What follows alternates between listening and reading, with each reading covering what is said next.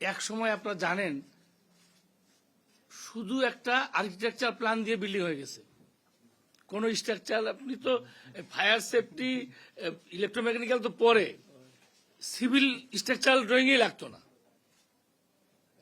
কি মেহেদী ভাই? তাহলে দিস ওয়াজ দ্য সিচুয়েশন। এখন সেই দায়িত্ব আমার উপর আসছে যে এগুলাকে রিমুভ করতে হবে, ওর রেট্রোফিটিং করতে হবে। বাট এখন বলি, এই পাশে আমার সভাপতি বলতেছিল যে ভাই ওই মিটারগুলো যে নিচ্ছেন কি এগুলো কি করবেন?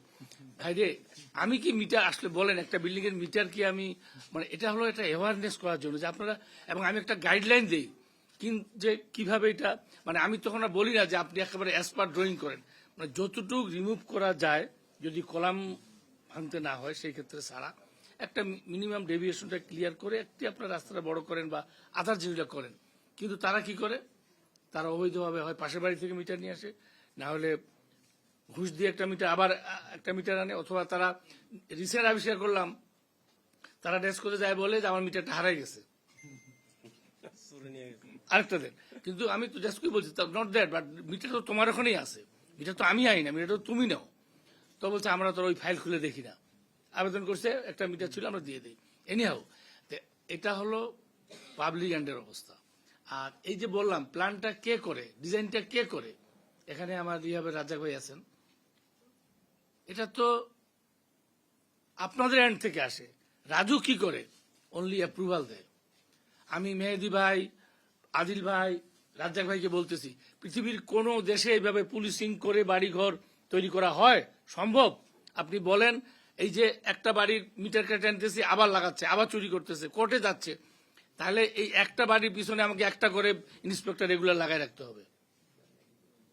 এটা কি সম্ভব? আমার এটা কি বলেন দিলে কত লক্ষ আমার খালি ইন্সপেক্টর লাগবে?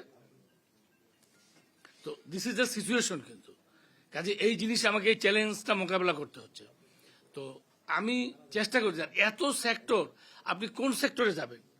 মানে এই মানে এই যে কি বলে সংস্কার যদি বলেন, এই সংস্কারের সেক্টরগুলো রাজুকের জন্য কত বিস্তার, সেটা আমাকে করতে হচ্ছে। সুতরাং আমি যেটা বলতে চাই যে আমি শুরু করছি, জানি না কতটুকু করে যেতে পারবো, তবে আমি সত্যি বলি একদম মনের থেকে, এখানে এই চাপ নিয়ে কাজ করা খুব কষ্টকর, খুব কষ্টকর। কারণটা হলো যে, আচ্ছা এখন আমি একটু ভূমিকম্পের জায়গায় আসি। প্ল্যান ডিজাইন এগুলো তো একটা ত্রুটি বিচ্যুতি বা বিভিন্ন ওই নাম বললেন আপনারা, তাদের বিরুদ্ধে যে আমি কি অ্যাকশন নিচ্ছি, ইউ ক্যান ইমাজিন মেহেদী ভাই, যেসব আপনি বা আদিল ভাই যেসব নাম বললেন, আমি কিন্তু ওই যে বললো যে কি 2 এমপি তদবির করছে, it is nothing to me. MP মন্ত্রী কোনো আল্লাহর কাছে আমার কাছে তদবিরও আসে না। আর আমি এগুলোকে কোনো নিয়মের বাইরে কাউরে বলি যে স্যার প্লিজ এটা আমি করতে পারবো না, আপনারা আমাকে চেয়ারে রাখলে রাখবেন, না রাখলে না রাখবেন, কিন্তু আমি কোনো ইল্লিগাল কোনো কিছু করতে পারবো না। এখন হয়ে গেছি কি, কিন্তু ইল্লিগাল তো হয়ে আসছে দীর্ঘদিন ধরে। এই যে বসিলা টসিলা এই জায়গাগুলো আপনারা জানেন যেগুলো বললেন, এগুলোর একটা নীতিমালা আমরা তৈরি করতেছি। নীতিমালা করতে কত সময় লাগলো, কারণ অনেক ধরনের জটিলতা, কৃষি জমি, জলাশয়, আবার ব্যক্তি বিল্ডিং কিন্তু দলিল করে দিচ্ছে একটা আনঅথরাইজড একটা কোম্পানি, হাউজিং কোম্পানি, তার কোনো রেজিস্ট্রেশন নেই। এখন আমি মানে কত ধরনের জটিলতা, একটা হলো টেকনিক্যাল জটিলতা, একটা আইনি জটিলতা, আপনি কোনগুলো করবেন? তো আমরা এগুলো একটা নীতিমালা করতেছি, করে আমরা এই নীতিমালা এতদিনে আমরা মন্ত্রণালয়ে পাঠাইতে পারছি মাসখানেক আগে।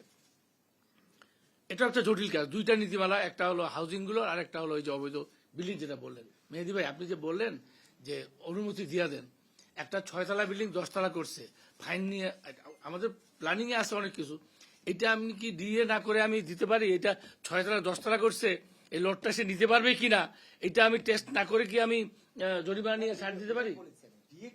হ্যাঁ, দিয়ে করে ছাড়তে হবে।